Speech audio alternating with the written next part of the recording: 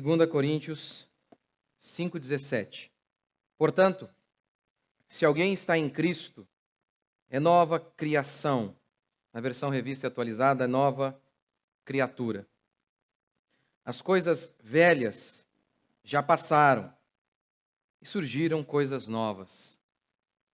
Essa é a declaração uma das mais importantes da nossa fé. Declarando que aquela pessoa que creu em Jesus Cristo, o seu passado, ele é perdoado. É muito comum que você ouça pessoas que frequentam a igreja, principalmente você que não frequenta a igreja alguma, você ouve de repente uma pessoa que esteve afundada em uma vida de vícios, que foi um pai muito ruim, que teve uma vida muito torta durante um bom tempo. Ou melhor ainda, a história do ladrão na cruz. Aquele homem que passou tendo toda uma vida de crimes, de iniquidade e de erros. Até os 45 minutos do segundo tempo, ele estava blasfemando, diz o texto bíblico. Mas ele, por um milagre, para com aquilo, se arrepende de seus pecados e professa fé em Jesus Cristo. E Jesus Cristo declara seus pecados perdoados. E que naquele mesmo instante, ele seria salvo e que ao morrer ele estaria com Jesus no paraíso.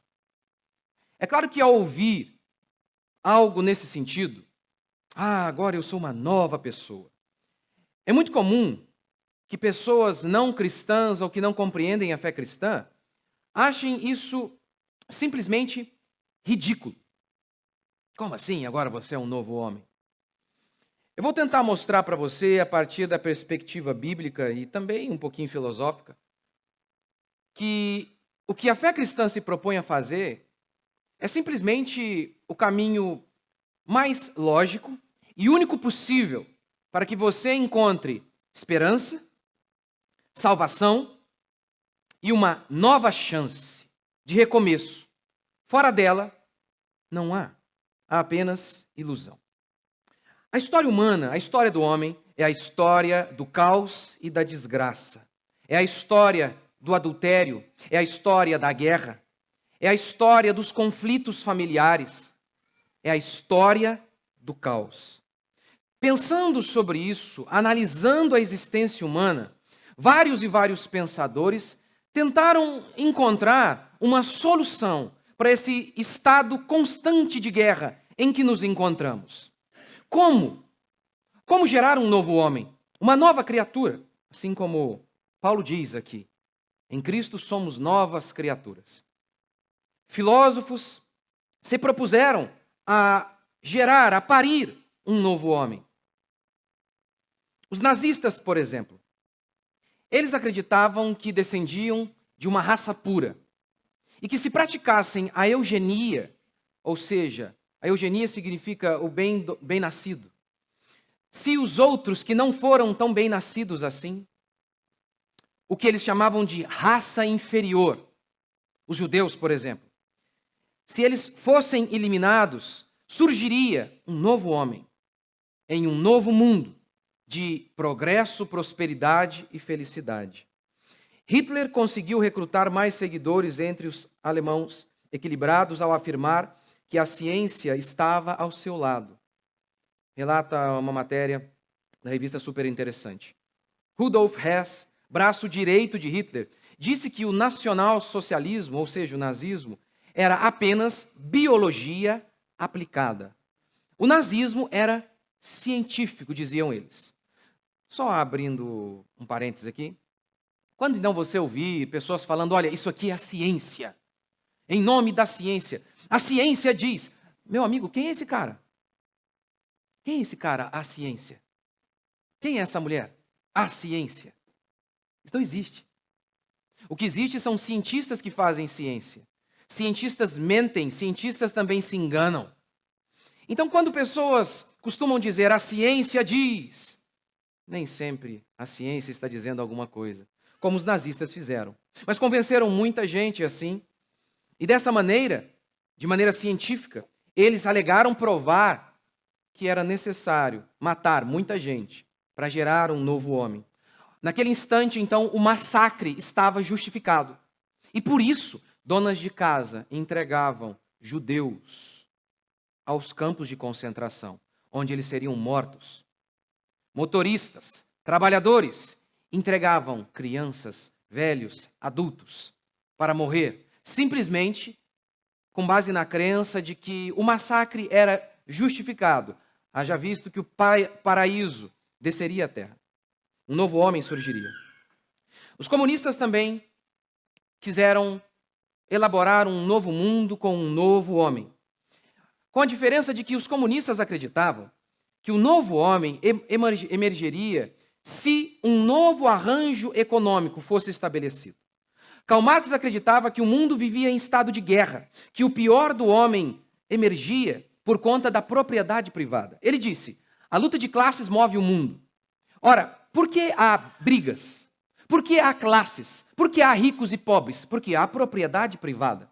E se nós acabarmos com a propriedade privada? Se não houver mais isso de meu ou seu? E se tudo for de todos, em comum? Comunismo. Ora, se não houver classes, não haverá então mais brigas. Um novo homem emergirá. Os marxistas, os comunistas chegavam a dizer o seguinte: na sociedade comunista avançada, um homem médio, ele seria um Shakespeare. O homem seria tão evoluído que um homem médio seria Shakespeare. Mas, mais uma vez, massacres eram justificados. Por quê? Porque um novo homem iria emergir. Um novo mundo iria surgir deste mar de sangue.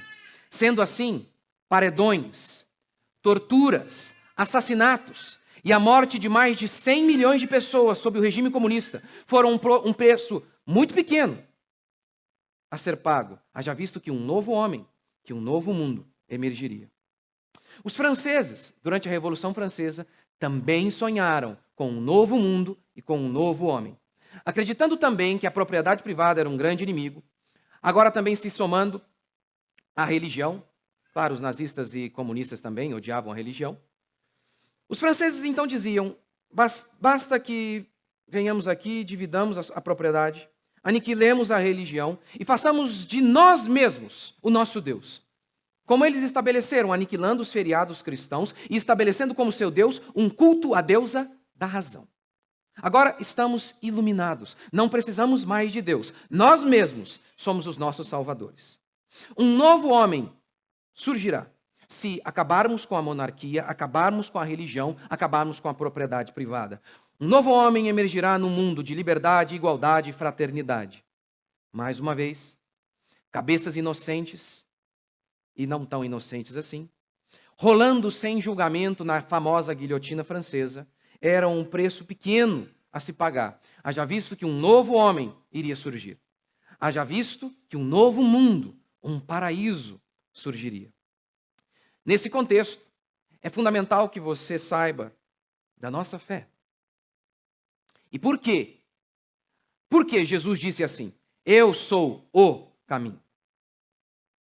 Porque ele afirmou que todos os outros estavam mentindo ou enganados. Todas as religiões são mentirosas, todas as propostas filosóficas também.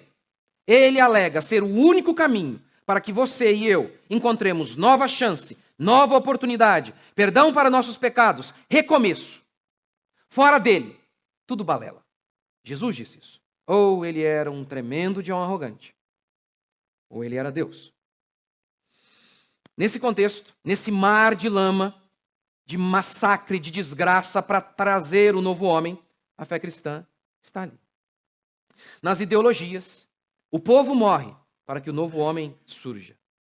Na fé cristã, é Deus, é o líder quem morre pelo povo. E é dessa cruz que nasce fé, e é dessa cruz que surge esperança, é dessa morte, é desse sacrifício que nasce um novo homem. Por que o cristianismo, que propõe a mesma coisa que essas ideologias propuseram? Porque o cristianismo, ele é a verdade, a única verdade. Simples, muito simples. Ela é baseada em um fato facilmente verificável. Facilmente. Você não precisa ser um teólogo profundo. Você não precisa ter conhecimentos de linguística, filologia, história, teologia. Não. A fé cristã possui inúmeras doutrinas complicadíssimas que eu, há 20 anos estudando, apenas arranho. E chegarei ao final de meus dias sem entendê-las completamente, apenas crendo, sem entender completamente. Mas compreender se a fé cristã é a verdade é muito simples. Está ao alcance de todos vocês aqui. Do mais tolo ao mais culto. A fé cristã é muito objetiva. Para que você a investigue. Para que você a questione se ela é a verdade ou não. Porque ela é baseada em um evento histórico, facilmente verificável, fruto de investigação de qualquer um. As ideologias, e a filosofia também, são a formulação do pensamento humano tentando explicar e alterar a realidade. Obviamente, a maioria delas sem Deus. Tentando fazer isso sem Deus. É o homem tentando explicar o homem. É o homem tentando salvar o próprio homem. Todos os dias, indivíduos estão tentando fazer isso. Construir seus países e suas vidas sem Deus. Sem Deus. Claro, nós não estamos livres de adorar um Deus. Sempre vamos adorar algum Deus. Sempre. Sempre. Ou adoramos o Deus verdadeiro, ou adoramos um ídolo, que é aquilo que a gente coloca no lugar dele. Esse ídolo moderno se chama eu mesmo. O homem hoje, ele não crê mais em Deus. Ele diz que essa história de um homem orando e o mar vermelho se abrir, isso é balela. Não. Não, isso é uma coisa inconcebível. Ele diz, eu prefiro crer que eu vim da ameba. Algo, um organismo, do tamanho da cabeça de um alfinete. Segundo ele, gerou toda a energia, o espaço, o tempo, a matéria. Tudo isso de uma grande explosão. E do caos veio a ordem. Da não-vida veio a vida. Da desordem veio a ordem. Da não inteligência veio a inteligência. Claro, ele não vê nenhum problema nisso. Ele acha muito mais fácil crer nisso do que crer que um Deus inteligente que criou o mar, ele pode dividir esse mar, ele pode dividir o átomo, ele pode fazer o que quiser. Ele não vê nenhum problema nisso, mas ok. Eles estão vivendo suas vidas sem Deus, colocando eles mesmos no lugar de Deus. Eu sou o meu ídolo. Como você percebe isso? Por meio das frases que são tão rotineiras em nossos dias. Como, por exemplo, eu confio em mim, no meu trabalho. Desde que eu me dedique, eu posso fazer qualquer coisa. Qualquer coisa. Meu querido, qual de nós imaginaríamos esse caos que estamos vivendo hoje? Para mim, a pandemia é mais de loucura do que viral. Não estou negando-a, ela existe, ela é real, mas o caos que estamos vivendo tem muito mais a ver com um vírus chamado políticos, principalmente à esquerda, do que com o vírus em si. Afinal de contas, um vírus que mata menos que pneumonia e tantas outras doenças que existem por aí, não deveria nos parar. Mas por conta disso, seja ela a pandemia viral ou política, estamos paralisados. Quantas empresas foram fechadas? Quantas pessoas entraram em estado de depressão profunda? Quantas pessoas que construíram suas economias para abrir um negócio e num estalar de dedos viram tudo ruir? Tudo. Pessoas que acreditavam em si mesmas, que diziam, eu faço, eu aconteço, apenas dependo de mim mesmo e de mais ninguém. Eu sou o meu Deus. Essa é a nossa geração. A geração que acredita fazer a sua própria sorte. Mal se esquecendo que se Deus não lhe der saúde e graça, você não faz nem a sua cama. Mas o homem faz isso. Porque o ídolo é isso, gente. O ídolo é uma coisa estúpida, em que você deposita a sua esperança, como, por exemplo, um pedaço de madeira ou trevo de 4 folhas. Que você colocou um trevo de 4 folhas dentro da sua carteira, então o universo conspirará a seu favor. Existe coisa mais estúpida do que essa? Existe. Existe. É quando você diz, eu faço as coisas. Eu conduzo a minha vida. Eu não preciso de ninguém. O homem colocou a si mesmo como seu ídolo. Além disso, ele tem colocado tantos outros e vários ídolos para substituir Deus. Pode ser uma outra pessoa, pode ser o dinheiro, enfim, qualquer coisa que você coloca como razão da sua existência, como aquilo que confere propósito à sua vida, é o seu Deus. É o seu Deus. Infelizmente, os homens não têm ido muito bem. A gente nota que as ideologias são um fracasso pela prova facilmente verificável de que quando elas foram aplicadas, foi uma tragédia. A Revolução Francesa, por exemplo, que seu professor mente para você, foi um caos.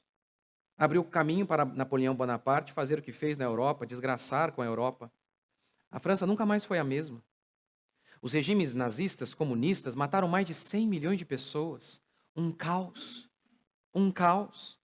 Os comunistas disseram que na sociedade deles, evoluída, o paraíso desceria, os homens seriam mais nobres, não haveria guerras. Era comum ver na Rússia meninas se prostituindo, canibalismo em países comunistas. Tamanha miséria, o tal novo homem não emergiu. Não emergiu. Por isso, quando alguém perguntar para vocês, por que vocês são cristãos?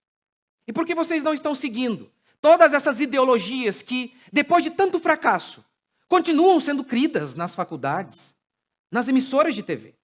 Vocês respondam de maneira muito simples.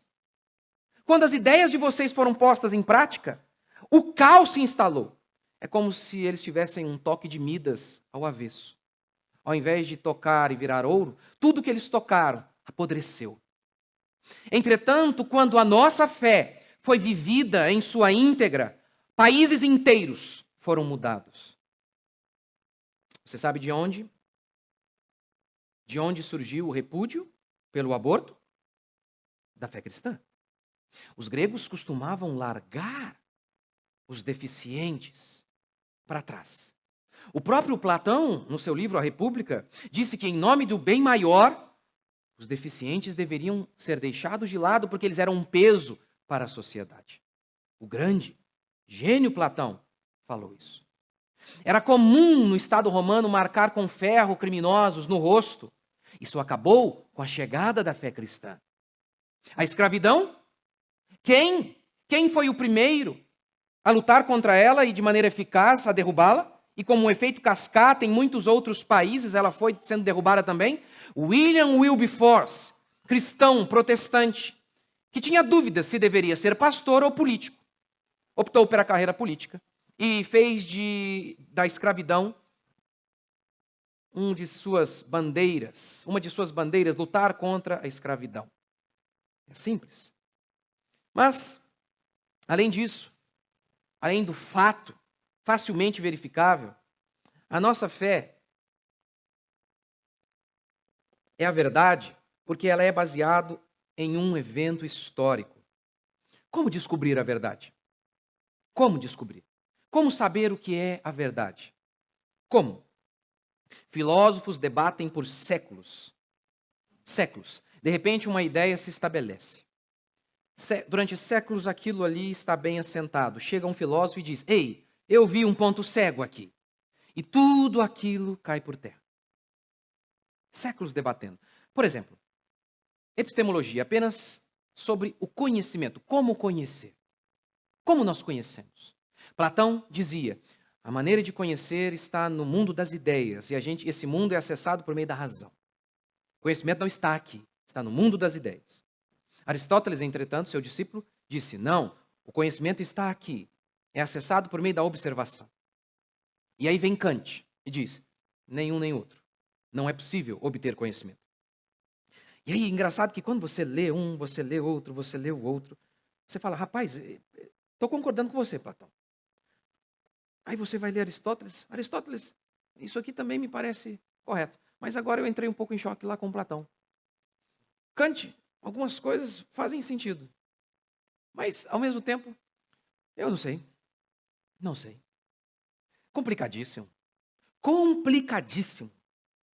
A fé cristã, não. Simples. Muito simples. Ela é baseada na morte e ressurreição de Jesus Cristo.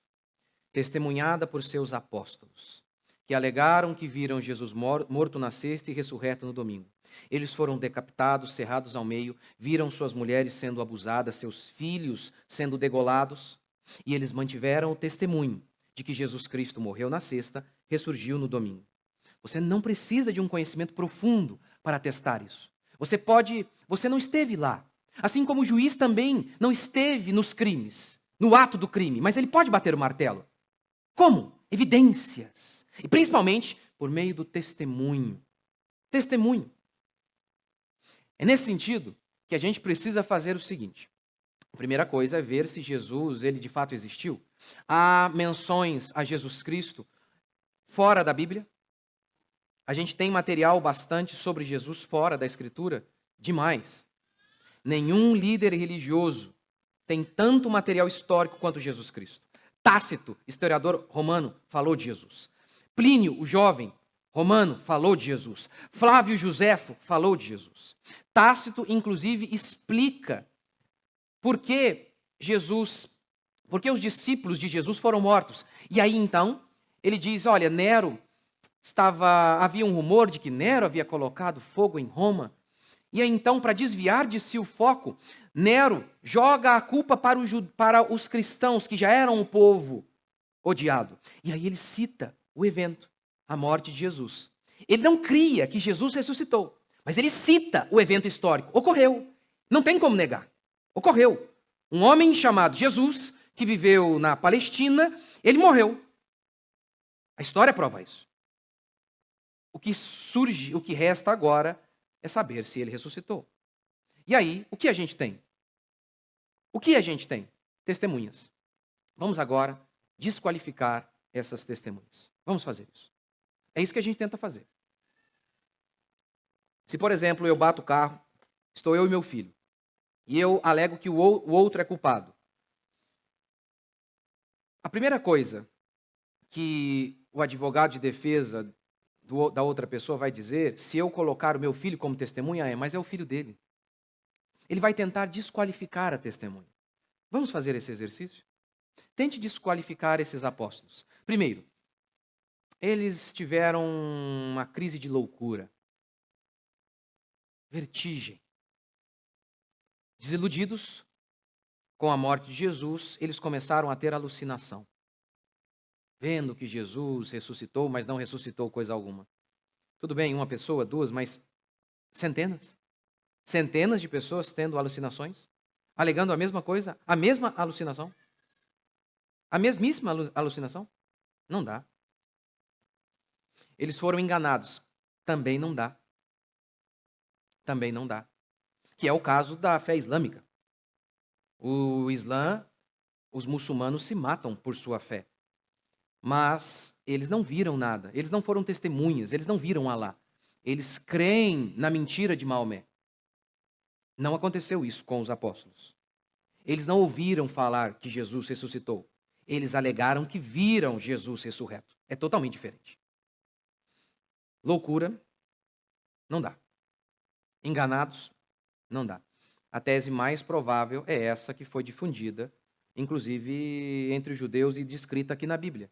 Que os discípulos mentiram. Eles pegaram o corpo de Jesus e sumiram com o corpo de Jesus. Sumiram. Porque, veja bem, se eles tivessem uma alucinação, e o Império Romano e os judeus também, vendo no cristianismo um inimigo, era facilmente comprovado que eles estavam errados, mostrando o corpo, não é? Aqui, ó, o corpo de Jesus aqui. Se provaria que eles estavam loucos. E que eles foram enganados, era só mostrar o corpo, olha aqui. O problema é que não há corpo. Só resta uma alternativa mesmo. Duas. A primeira é que eles mentiram. Essa é a mais lógica. Eles mentiram. Vamos ver se faz sentido alegar que eles mentiram. Decapitados. O soldado romano dizia, nega Jesus ou morre. Vai continuar dizendo que viu Jesus morto na sexta e ressurreto no domingo? Vai continuar? Sim. Mas isso não foi tudo. Isso não foi tudo. Os familiares deles foram mortos na frente deles. Faz sentido para você isso? Que alguém mente para ver o seu próprio filho sendo degolado? Faz sentido para você?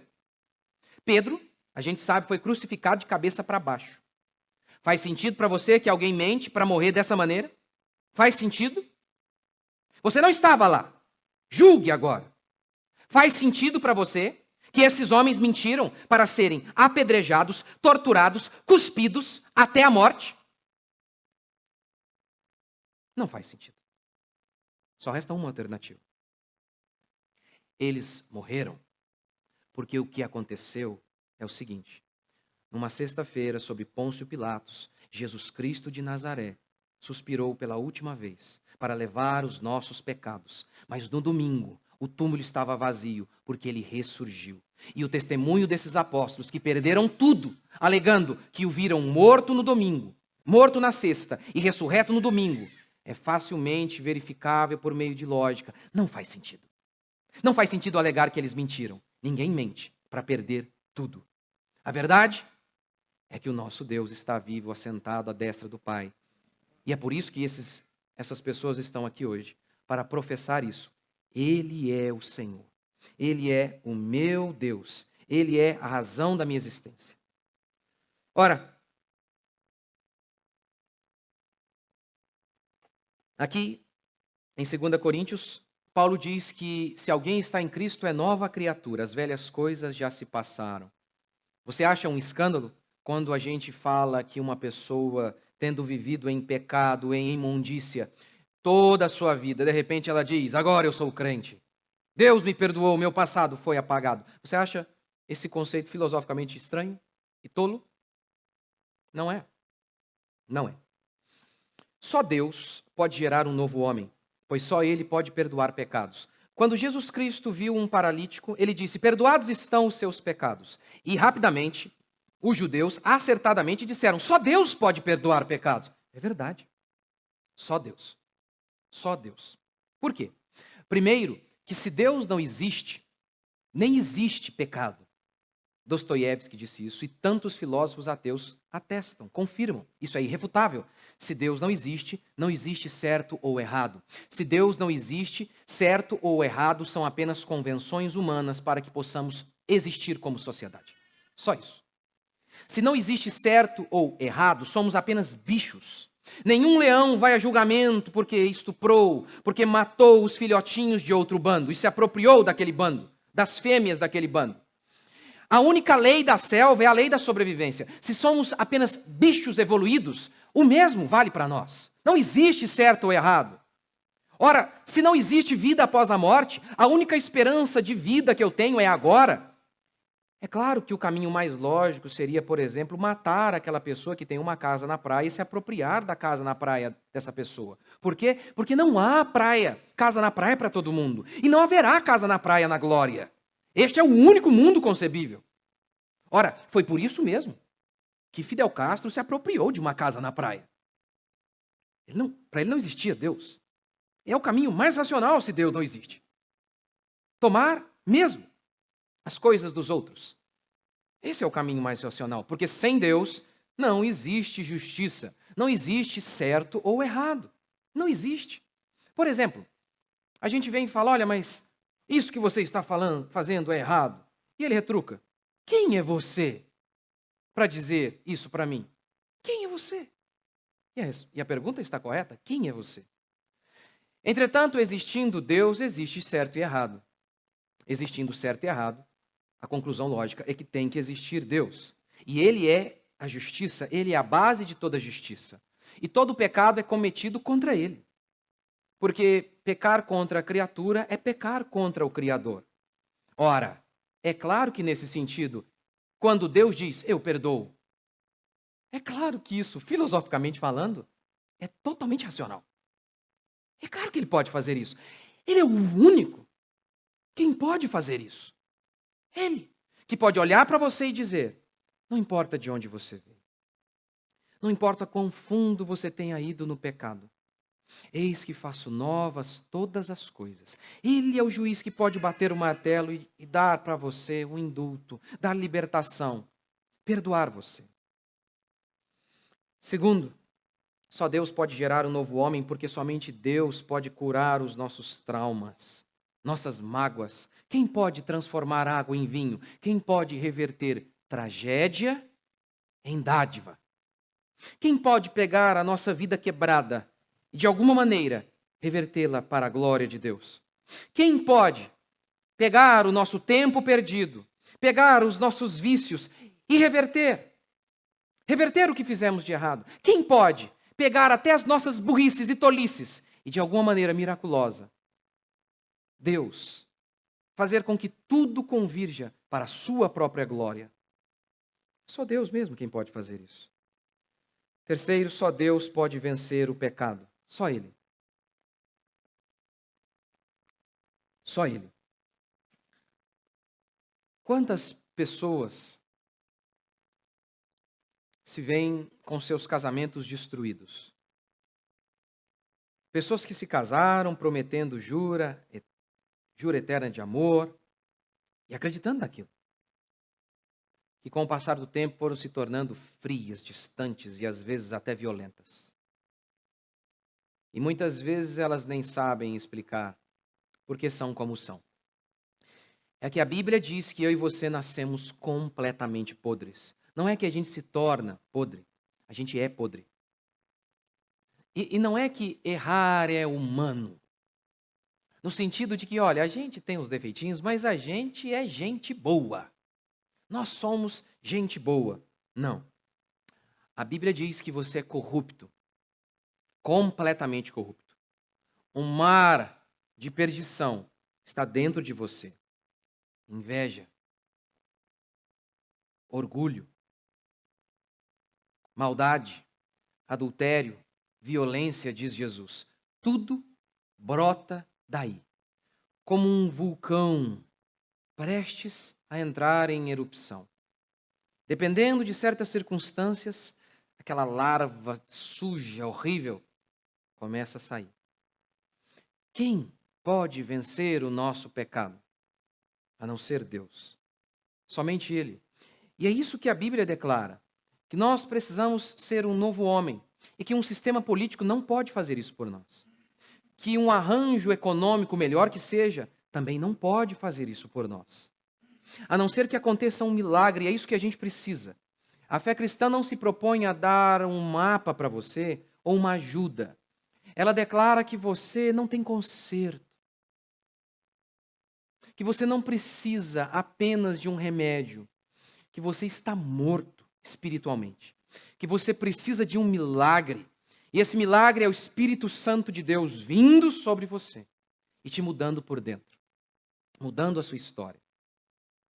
Ora, eu, quando falo disso, sempre lembro de mim mesmo, óbvio. É claro que nós continuamos pecadores. E esse processo de mudança é constante. Somos malignos ainda.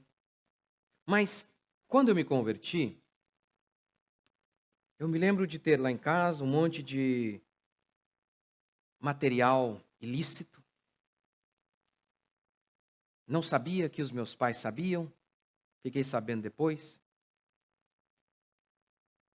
Menino doido, né? Acho que os pais não vão saber das coisas. Pai é fogo, né, gente? Pai tem olho até na cabeça, né? Aqui atrás, ó. Vê tudo. Vê tudo. E aí, quando eu me converti, fui à igreja, tive fé. Ninguém havia mencionado que eu deveria parar com aquelas coisas. Mas algo dentro de mim me dizia, isso não faz mais parte da minha vida. Isso não tem a ver comigo. Ainda que eu não conseguisse explicar teologicamente o que estava acontecendo dentro de mim, o que estava acontecendo é isso que eu estou explicando para vocês hoje. E assim, se alguém está em Cristo, é nova criatura. As coisas velhas se passaram, eis que tudo se fez novo. É por isso, então, que você vê em uma igreja uma pessoa viciada, que era viciada em drogas, que fez tantas coisas, tentou de tudo. E de repente, ele entra para a igreja. Ele tem fé. E ele abandona aquele caminho. Eu me lembro de uma pessoa, um amigo, ele queria parar de fumar. E aí, falava para mim, olha, esconde o cigarro.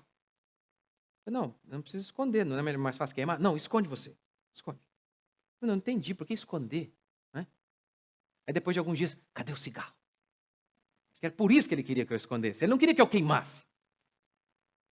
Uma luta terrível e uma escravidão contínua. Talvez você é assim, lá na sua casa. Está destruindo o seu casamento porque você é escravo de seu pecado. Você não consegue parar de ver aquelas porcarias. E aí a sua mulher, ela olha para você hoje e ela não sai de casa por alguns motivos, talvez as crianças. Mas olha com nojo para você. E você talvez também tenha nojo de si mesmo. Você é truculento em casa. Você é ranzinza. Tudo reclama. Já acorda, já amanhece reclamando de alguma coisa. Insuportável. Chata. E às vezes você até fala, não, eu vou melhorar. Mas não consegue. É porque a Bíblia diz que você é escravo do pecado. E você por si mesmo não pode se ver livre disso. Como um novo homem pode surgir, se nós não podemos vencer nossas paixões? Paulo diz que em Cristo Jesus, um novo ser, pela fé, é gerado em nós. Nós precisamos de um milagre. Nós não precisamos de um mapa apenas. Nós precisamos de um guia que nos tome em suas mãos. Nós não precisamos de algumas dicas de sobrevivência. Nós precisamos de vida. E é isso que Jesus Cristo se propôs a fazer e fez na cruz do Calvário. Esses dias, conversando com uma pessoa, desiludida com a sua vida, sua mulher foi embora de casa, agora essa pessoa vive com problemas, com drogas, para piorar, pandemia atrapalhando o trabalho dessa pessoa. E ela então me disse, às vezes eu penso que o melhor seria que tudo acabasse e começasse de novo. Ora,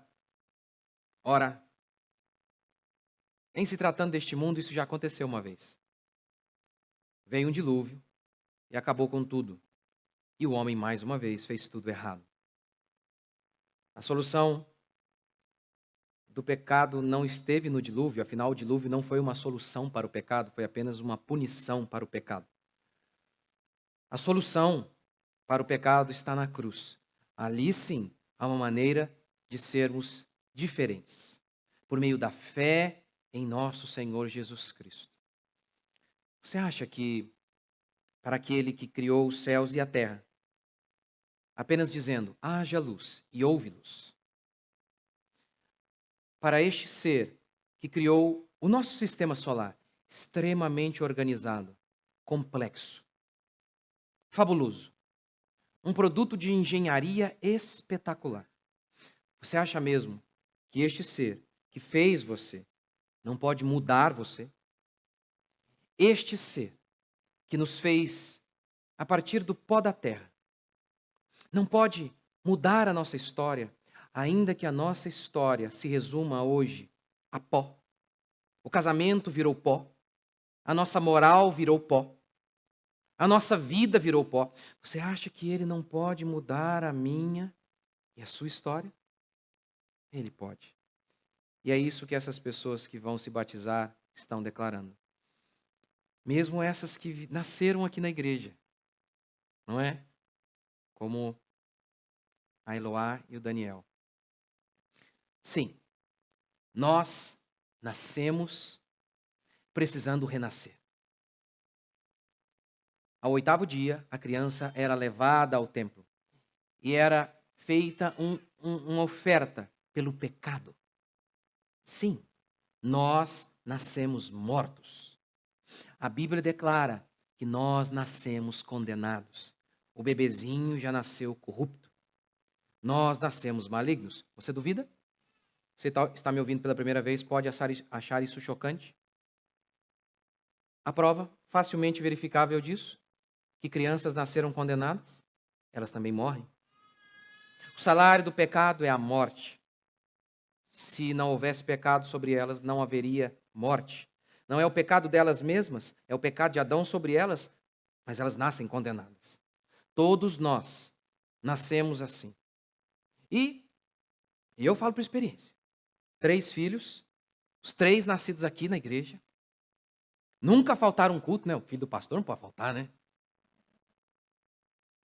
Pecadores. Como a gente precisa trabalhar com muita vara lá em casa. Muita. Como são malignos. Como precisam ser dobrados. Por quê? Porque todos nós nascemos em pecado, como disse Davi. Em pecado me concebeu minha mãe. O que estamos fazendo aqui hoje é essa confissão pública de que Jesus é o nosso Salvador. De que nós em nós mesmos não pudemos nos salvar e nem jamais poderemos. Mas nós cremos que Ele é o autor e consumador da fé e das nossas vidas.